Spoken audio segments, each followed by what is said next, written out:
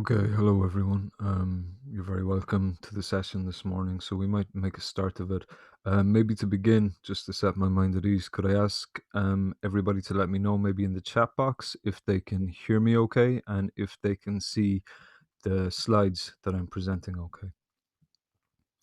That's great. Thank you very much, everyone. So, like I said, you're very welcome to the session today, and it's the first of a number of sessions that we'll be doing to try and support staff in teaching remotely. So, my name is Derek Oakley. I work in the Department of Technology and Enhanced Learning, and I'm joined here today by my colleagues Shane Cronin and Dr. Garod O'Sullivan, who's the head of the Department of TEL. Garod, I'm not sure, do you want to maybe say a few words, maybe just to start things off? Okay, thanks, Dara. All I'll say is good morning, everyone. And thanks for coming along. And thanks to Dara for facilitating the session. Thanks very much, Garod. So, like I said, you're all very welcome. The session today is going to be looking at Canvas for supporting remote teaching. The session itself will be something of a whistle-stop tour, so apologies for that. The intention, I guess, is to try and provide an overview to Canvas for people who might be new to it and for people who are used to Canvas to maybe try and identify and highlight some of the main tools that might be most useful for remote teaching. But we'll be running a number of these sessions over the course of the next few days and weeks, some more specialized to, for example, assessment or providing content or so on and so forth. So this is certainly not the only session. This is just something of an overview, maybe just to try and get people started. So very, very briefly, I'm sure most people are aware, but Canvas is CIT's virtual learning environment, or VLE. All staff and students have access to Canvas. Each individual module has its own representative module in Canvas, and all staff and students would be enrolled on the relevant modules. And Canvas essentially can be used from a lecture point of view, sharing resources, receiving assessments, and communicating with students. And we've broadly categorized the session today into those different areas. So, as time has gone on, we in the Department of TL have also integrated a number of additional kind of systems into Canvas, including live online lecturing, anti-plagiarism, automated assessment, learning analytics, and digital attendance. And we'd hope to continue to add to that list as time goes on. Maybe just on the live online lecturing, my colleague Shane will be giving a webinar at 2 o'clock today on the use of conferences, which is an integrated live online lecturing system inside in Canvas. So if you do get the chance, I really would encourage you to go and take a look at his session. Even if it's something you think you might not be interested in using at the moment, you might see opportunities for it down the line. And maybe one other additional point, Canvas provides mobile apps on both Android and iOS systems for both staff and students.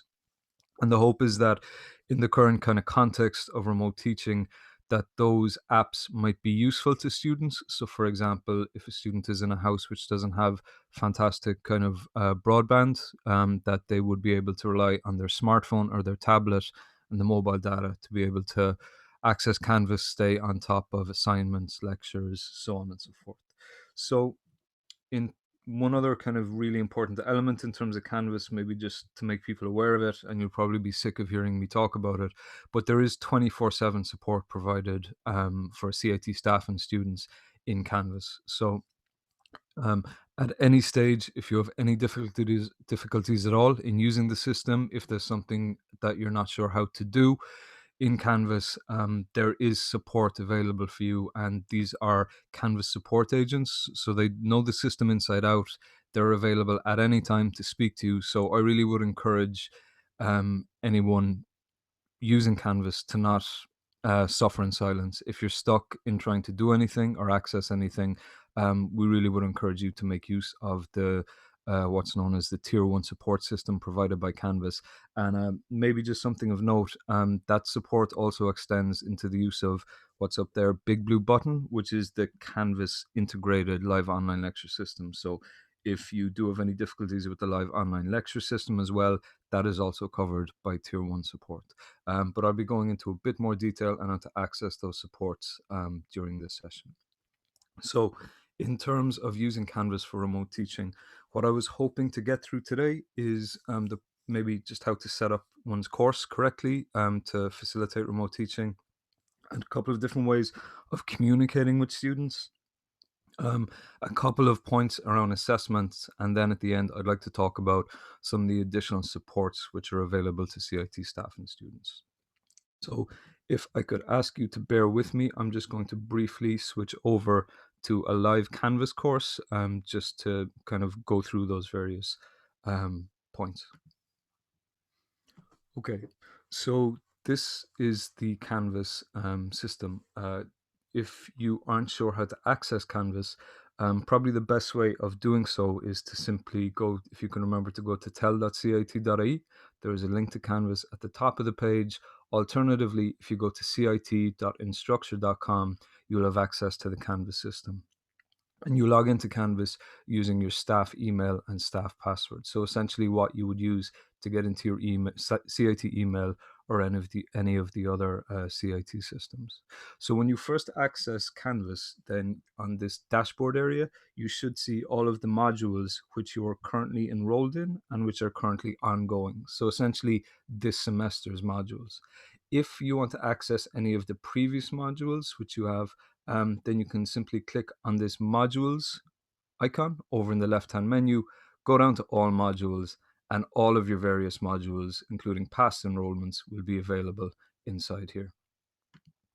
But from the dashboard, we're going to go into this sample course demo, which I've set up. And I'd just like to talk briefly, maybe just about setting up the course in order to try and maybe best facilitate remote teaching.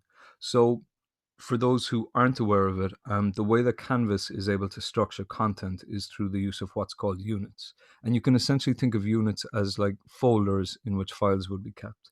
So, for example, I have a unit here called week 1. If I wanted to make a unit, for example, week 2, I'd simply click on the red plus unit button here. I'd give it a title like week 2, and I'd select add unit. And I can see there that that's available. If I want to add a particular item under that unit, what I can do is I can click on the plus button here. And from the drop down which appears then, I can select from this drop down menu, for example, file. If I've already uploaded a file, then I can simply select that. Or if I want to, I can select this new file option. I can press browse, and then I can simply browse my machine and grab whatever file I'd like. And if I press add item here, then that then is uploaded under week 2. Now, one important thing to bear in mind in terms of making content available to students is the notion of publishing. So, if we take a look, we can see that all of these various kind of files and unit files I've uploaded and units I've created, they have or they don't have this little green tick next to them. And essentially what this means is that when any unit or any file is published, when it has that green tick, it means that students can see it. If it doesn't have that green tick, if it has an icon like this, it means that students can't see it. So there's a small bit of a learning curve to this, but I would encourage you to maybe try and get into the habit of making sure that if you want something to be available to students, that it has that green tick. And to change something from unpublished to published, I just click on that icon and I can see there that that is then published. So anything which I put up, I should try to make sure in as much as possible that it's definitely been published. Also, it's not in this particular module, but up in the top right corner of any module, there is also a button for publishing the entire module. So if a module is unpublished, it means that it won't show up in students' dashboards. They won't be able to access it. So it's important to maybe just try and get into the habit of making sure that the module which you have is published, but also that all of the various files and units inside that module are published. So that's the process of adding a file one at a time under a particular unit. If I wanted to add a large number of files all at once, so if, for example, I had a folder on my desktop and I wanted to get all of those into my module, but I didn't want to be going one by one through here, what you can do is you can click into this files area in the left hand module menu. And from here, if you want to, you can drag and drop into this area here, or else I can click on the upload button and I can grab a number of different files. And if I select open, that will upload all of these to this area here. So if I'm back in my units area and I want to add a file, which I've already put up through files, I simply click on the plus button to add something, I select file, and all of the various files which I've already uploaded will be available to me inside in here.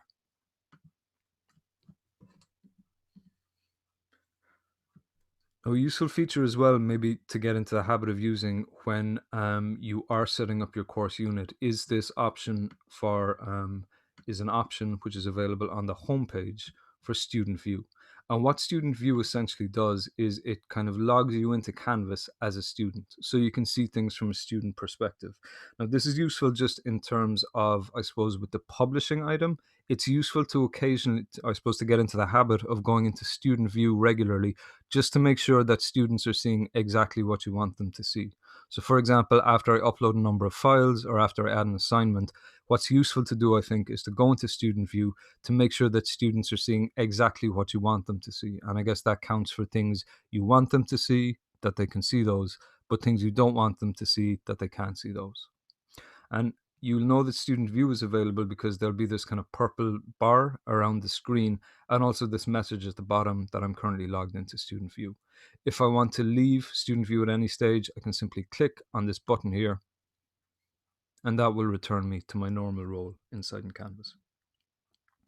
Now, another option which might be useful to you in terms of setting up your module for remote teaching is this menu on the left-hand side.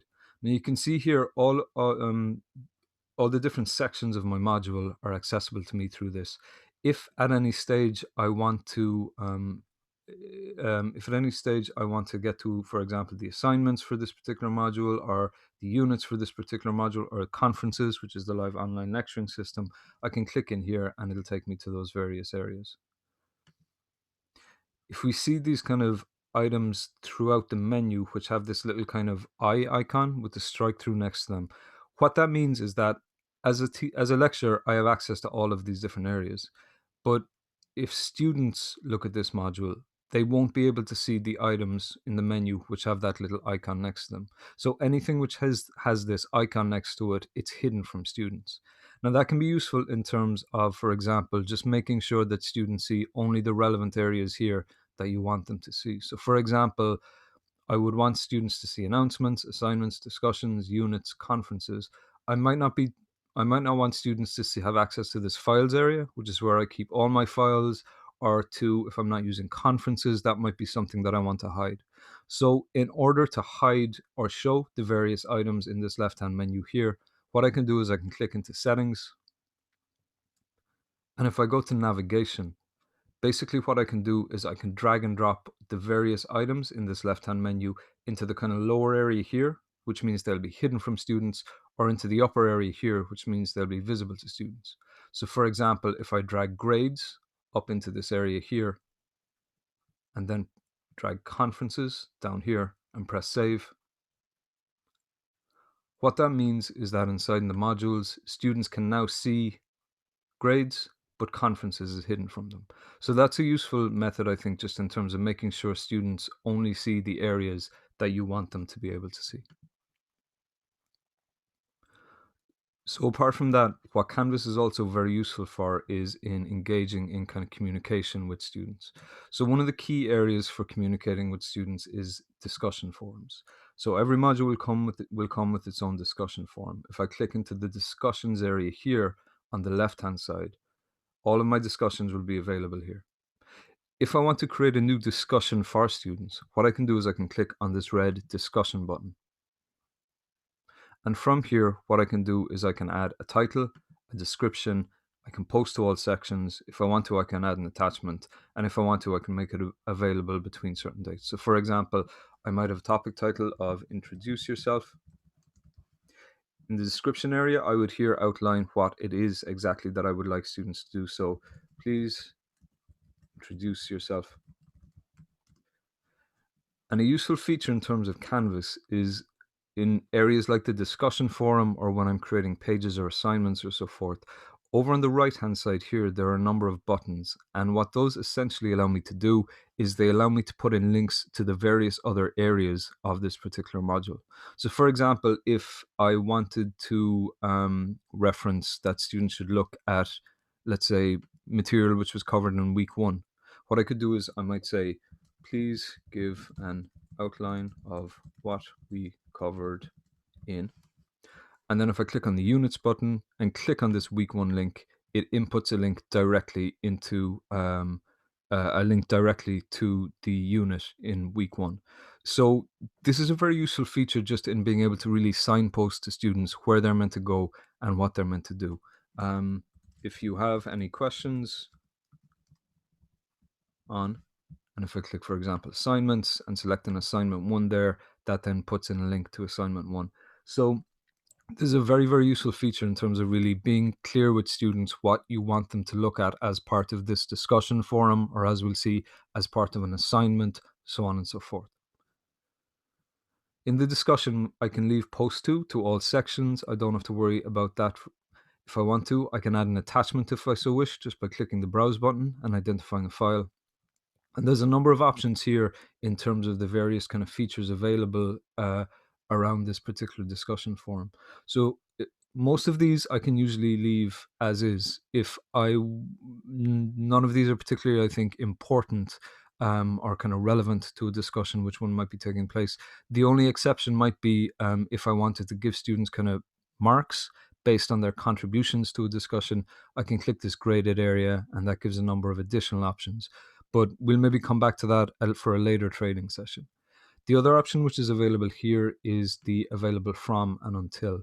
And essentially, if what this allows me to do is I can pick a particular date that the discussion will be available from and click a particular date that the discussion will be available until. So essentially what this means is that students won't be able to see this discussion until after this date, and after this particular date has passed, then it will become invisible to students. So essentially this is the start date for the discussion, and it disappears after this date has passed. We'd usually recommend that you leave these alone, particularly for discussions, for the simple reason that it can just be confusing for students if they're trying to, I suppose, get something done or access something and it's appearing and disappearing. So we'd recommend usually that you leave those blank. When I'm happy with all of that, I can simply click Save and Publish, and my discussion is then available to students. They can go into it and they can kind of give their contributions in there. So we can see that there. Now, an additional very useful communication feature in terms of Canvas is the area of announcements.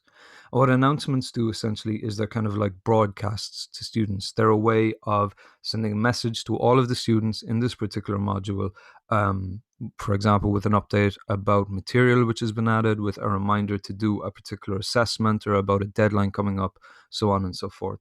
And the advantage of the announcements is that students will get a notification about their announcement as it comes in, which also goes to their MyCIT email.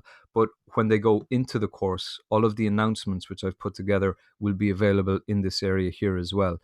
And that's a particularly useful feature in terms of, I suppose, making sure that students kind of have a record of all of the various kind of communications which you put out. And essentially it gives them no excuses in terms of being able to claim that they haven't seen a particular announcement or a particular kind of bit of information.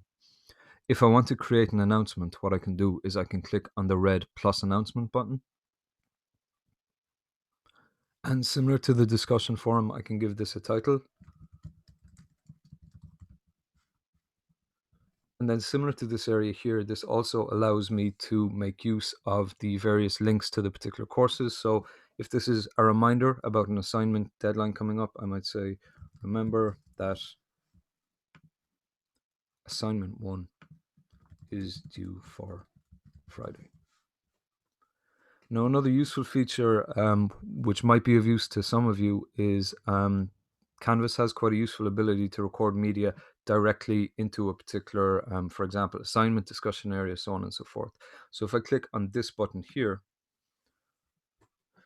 what this will do is it will give me the option to record information, to record directly through the camera on my laptop into this particular announcement. So that can be a useful feature if you do want to maybe kind of make your announcement a little bit more interesting or a little bit more engaging.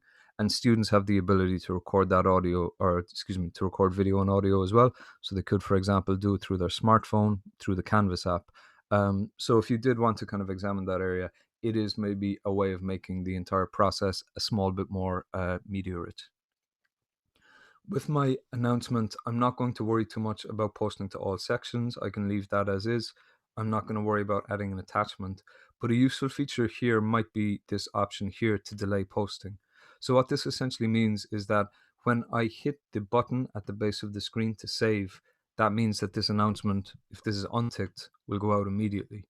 But if I want to, I can select delay posting and I can put a particular date and time against this post. So it will go out at this stage. So what this means is that I can essentially sit down and within the space of an hour or two, I can write all the various announcements that I want to go out over the next 2 weeks. And if I just delay posting, it means that I can essentially line them all up. They'll go out in their own time. And I don't have to remember, for example, on Friday or on Monday or on Wednesday to write the announcement and to send it out to students. You can see there, I get this additional kind of information. The content of this announcement will not be visible to users until the 20th of March. So, in addition to this, another useful feature, I suppose, particularly for remote teaching, which might be of use to lecturers, is the use of analytics. So, essentially, this is just data about students, and it can be useful in terms of identifying when students have logged in, if students have not logged in, so on and so forth. And the way that I can access the analytics in my module in Canvas is to click over here on View Course Analytics.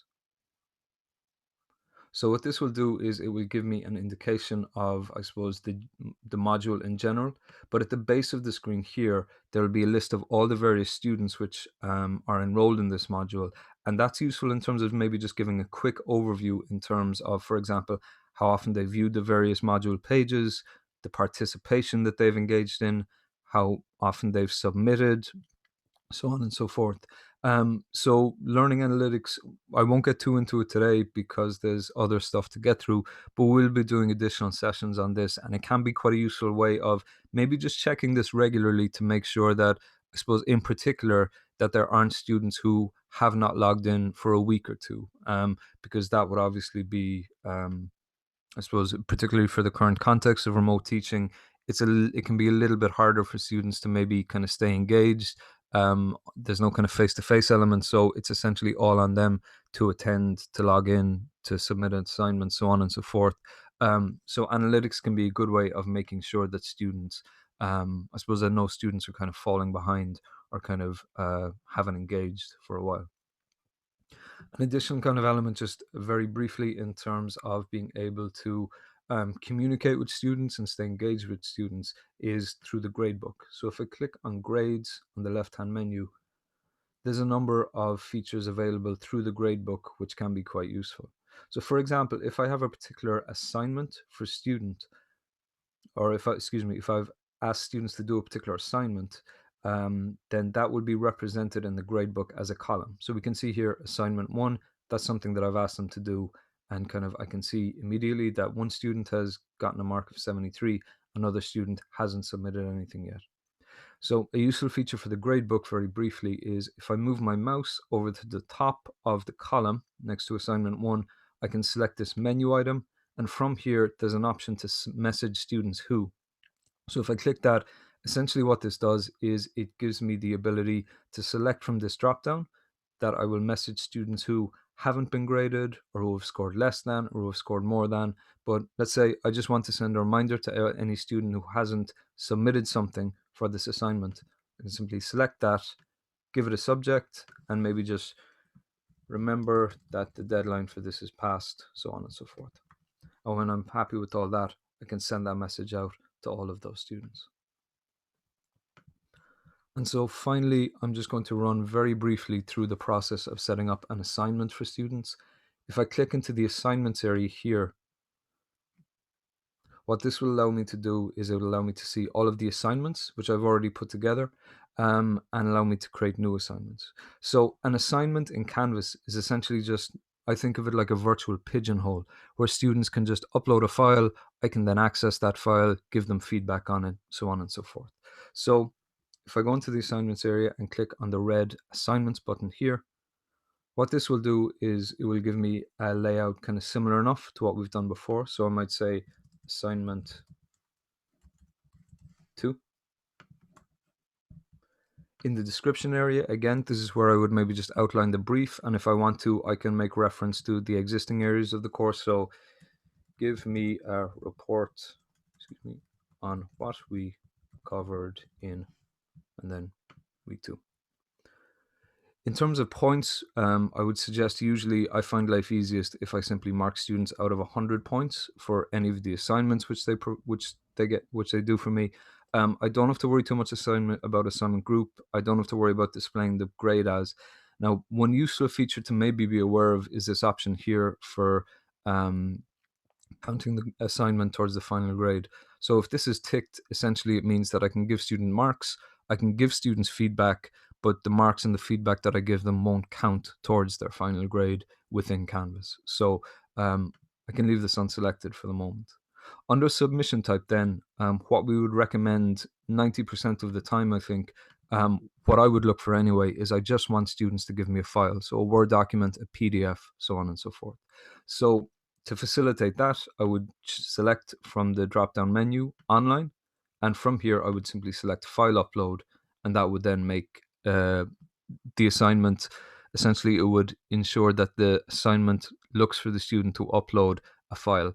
If for example you only want students to give a website URL, you can select this. If you want them to upload a video or an audio file, you can select media recordings. And there's also an option for text entry, which is where the student would type the information directly into Canvas. I would usually avoid this unless you're looking for a very kind of short set of text from students, because the difficulty with text entry is that students have to put in text essentially in the one sitting, so they can't save it and come back to it later. But I think in general, life is just easiest if you rely on file uploads. I'm not going to worry about making it a group assignment. I'm not going to worry about peer reviews. And under assign, I can usually leave most of these alone. The only thing that would be important to add is a date under this due area here. So I would select in the calendar, let's say Sunday. And the important thing about the due date is that it's essentially the deadline for this assignment. So students would still be able to upload for this assignment after this date has passed, but the system will then identify to me that this student uploaded late and that student uploaded late. If you want to, you can put in the available from and until, and again, that simply makes the assignment visible to them after this date and hides it from them after this date. But again, we'd recommend that you leave those blank for the simple reason it can just cause confusion among students. So in terms of setting up an assignment, just to very briefly recap, if I go into assignments and create a new assignment, all I really need to worry about giving it is a title, a description here. I want it to be marked out of 100 points, and for submission type, I'm going to set it to online, file upload, and then I'm going to give it a due date. And the rest of the options there, I really wouldn't worry too much about. And if I hit save and publish,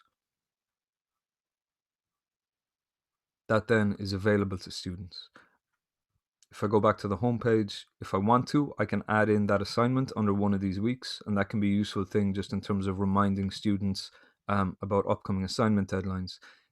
If I very, very briefly switch into student view, and this is a good habit as well, just in terms of making sure that everything in my module works as it's supposed to, I can go into this assignment and I can actually submit something against it. So this is a good maybe habit to get into, just to make sure that kind of students will experience the assignment exactly how you want them to experience it. So if I select something, I can press submit assignment, and I can see from a student perspective, that's relatively straightforward. It just identifies to the students that they should give a report on what was covered in week 2. And again, that link is available and something can be submitted. And a useful feature as well, if you would like to practice with assignments in Canvas, if I leave the student view now, and let's say as an instructor, I go into the assignments area and I click into the assignment which I've created. What I can, when students have uploaded against a particular assignment, what I can do is over in this area on the right hand side, excuse me, after students have submitted something, additional options are available to me here. So if I want to, I can click download submissions, and that will download a zip file of all of the assignments which students have provided me with. Or if I want to, I can click on this item here called Speed Grader. And what Speed Grader will allow me to do is essentially, it's kind of a feedback system through Canvas. So if I click into SpeedGrader, I can browse through students' various assignments using the left and the right buttons up here, or I can use the drop down to navigate between students. For example, this student hasn't submitted anything. And as I go through, if I want to, I can give students a grade for their particular work, which will be shown to me in the left-hand area here. So I can put a grade in here. I can give overall kind of feedback in the comments area here. And there's a number of tools available along the top of the screen which allow me to give quite specific feedback for specific areas. So for example, I might use this point annotation tool, and if I click anywhere on the screen, that will then allow me to leave a comment for the student. So very good introduction slide, though I do say so myself. There's an option here to add in additional kind of text comments. If I want to, I can also highlight particular kind of areas. There's a strike through tool. I can draw on top of the assignment. So there's a number of different tools available there for providing quite specific feedback. When I'm happy with all of that, I can press the submit button, and that will make that available to students in terms of their grade and the feedback which I've given them. Now, one final important element in terms of this is if I have 100 students, um, this can be a bit tricky because when I hit the submit button, students get a notification that they've been given a grade and feedback. So that means student one is going to get their grade and their feedback probably a lot later than student 100. So one way of managing this is if I navigate in SpeedGrader up to this eye icon up in the top left corner, what I can do is I can select hide marks. And what this will do is basically this will tell Canvas not to release feedback or marks to any students through SpeedGrader until I go back in and turn that option off again. So when I click on hide marks, it gives me this option here in the right hand side. If I press hide, that means that essentially I can give all of the students their marks, all of the students their feedback. None of the students will be able to see those marks and feedback or get notifications about those until I come back into the assignment. I navigate up to the left-hand top left corner, and if I select post or hide grades and post grades, then I can select post, and all of the students will then have access to their grades and access to their feedback.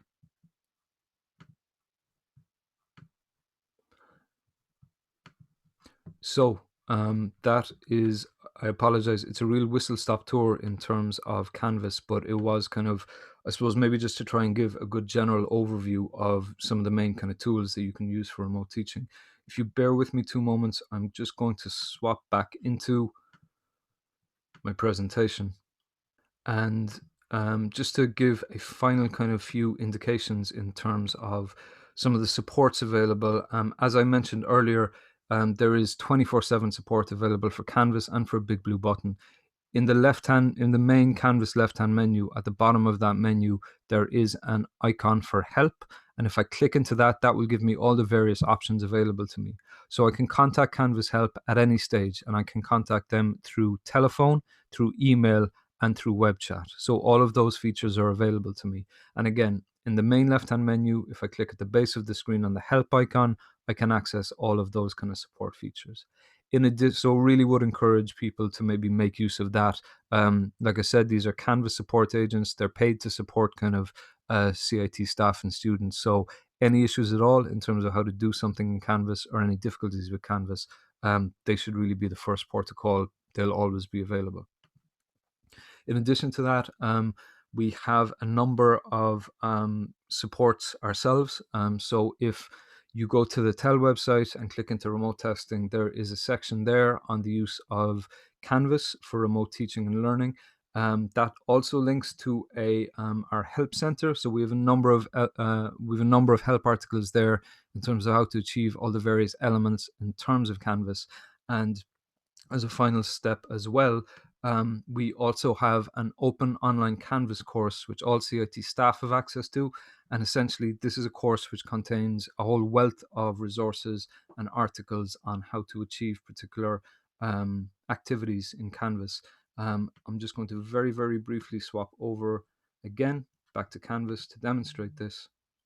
So If I go back to my dashboard, I can see the help icon here. If I click into this, I can see that I have access to web chat with Canvas support, that I can call their telephone service, so on and so forth. If I want to access the Canvas Learn course, the kind of open online course for all CIT staff, how I can do so is I click into modules, I go into all modules, and then if I click on this button here for browse more modules, this will then allow me to join this module. And from inside here, like I said, there's a whole number of different kind of articles and resources available for staff in terms of, for example, additional areas like Turnitin, quizzes, feedback and grading, so on and so forth. And we are adding to that all the time. So I would encourage you to maybe make use of that course if you can. There is also a form which he emailed out. So if there are any power users of Canvas out there who are using who are maybe innovating in terms of how they use the system, or if they've found any particular tips and tricks that work well for remote teaching using Canvas or using any of the other online tools, we'd really appreciate it if you could maybe share those with us, and we will in turn share those with kind of wider CIT, giving the person who provided the tips full credit, of course. And as you can see, Garrod put the link to that into the chat area there for all our Zoom attendees. So yeah, if you do have any suggestions, if you found yourself that something works particularly well for you, we really would appreciate it if you would share it with, I suppose, the rest of your peers in CIT. And I suppose the more support we can give each other during these times, hopefully the easier life will be for all staff and all students across the institute. So that is the end, I think, of the session for today. It went on a small bit longer than we had planned, so apologies for that. But hopefully it was of some use. We will be running a number of additional sessions over the next few days and the next few weeks. So please do keep an eye out, and please do feel free to come along to those. And finally, in terms of any requests or access to all of the resources, tell.cit.ie. I suppose we're trying to really make that the hub of all the remote teaching elements, and all the kind of advice that we're giving around remote teaching. So if you do have any difficulties or if you do have any queries, please do go to tel.cit.ie. So I think that's it for the session today. Thanks very much to all the attendees who were watching through YouTube. Everybody who has attended through Zoom, if you would like to stay on, we'll try and answer any kind of additional questions which you might have around some of the elements that we covered in the session there. But to everybody who is watching through YouTube, thank you very much for coming along this morning. Hopefully it was of some use, and we will be making additional supports and resources available, like I said, over the next few days and weeks. So please do stay in touch and keep an eye out. So thank you very much. And if